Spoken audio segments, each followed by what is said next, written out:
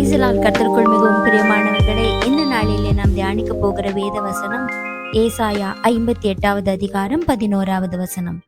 கர்த்தர் நித்தமும் உன்னை நடத்தி மகா வறட்சியான காலங்களில் உன் ஆத்துமாவை திருப்தியாக்கி உன் எலும்புகளை நினமுள்ளதாக்குவார். நீ நீர்ப்பாய்ச்சலான தோட்டத்தைப் போலவும் வற்றாத நீரூற்றைப் போலவும் இருப்பாய். எனக்கு அருமையானவர்களே, நம் ஒவ்வொருவரையும் ஒவ்வொரு மாதமும் தேவன் வழிநடத்தி வருகிறார்.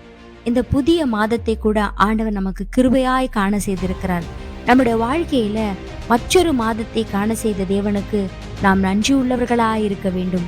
வாக்குத்தத்தம் பண்ணப்பட்ட தேசத்தை நோக்கி இஸ்ரவேல் ஜனங்கள் பிரயாணம் செய்த போது அவர்களுக்கு வழியிலே எந்த ஒரு சேதமும் வந்துவிடக்கூடாது என்பதற்காக பகலிலே மேகஸ்தம்பமாகவும் இரவிலே அக்கினி ஸ்தம்பமாகவும் அவர்களுக்கு முன்பாக தேவன் சென்றார். அதே விதமாக நம் ஒவ்வொருவரையும் இந்த புதிய மாதத்தில் முழுவதும் அவர் நடத்த அவர் வல்லவராயிருக்கிறார்.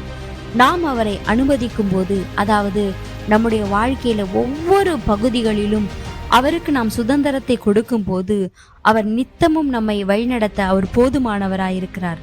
தேவ ஆவியானவரிடத்திலிருந்து நமக்குள்ளே ஜீவ நீரூற்று பாய்வதால் நாம் நீர்ப்பாய்ச்சலான தோட்டத்தை போலவும் வற்றாத நீரூற்றை போலவும் நிச்சயமாயிருப்போம். தோட்டக்காரன் தனது தோட்டத்தை செழிக்க செய்வதில் கவனமாயிருப்பது போல ஆண்டவராகிய இயேசு கிறிஸ்துவும் நம்மை பராமரிக்க அவர் போதுமானவராயிருக்கிறார். ஜீவ ஊற்றாகிய அவர் ஒருபோதும் வற்றி போவதே இல்லை. கர்த்தர் நம்மை நித்தமும் வழி நடத்துகிறவர்.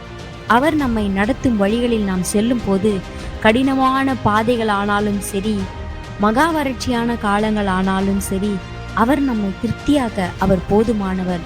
நம்முடைய பலவீனங்களிலே அவர் நமக்கு பலனை கொடுக்க அவர் போதுமானவர். இந்த மாதத்தின் ஆரம்பத்திலிருந்தே நான் எப்படி இந்த தேவைகளை சந்திக்க போகிறேன், போன மாதம் இருந்த அதே கஷ்டம் எனக்கு இந்த மாதமும் இருக்குமா என்று கலங்கி கொண்டிருக்கிறோமா? நிச்சயமாகவே ஆண்டவர் நம்மை நீர்ப்பாய்ச்சலான தோட்டத்தை போல வழிநடத்த செழிப்பாக அவர் நமக்கு வாக்குறுதி அளிக்கிறார்.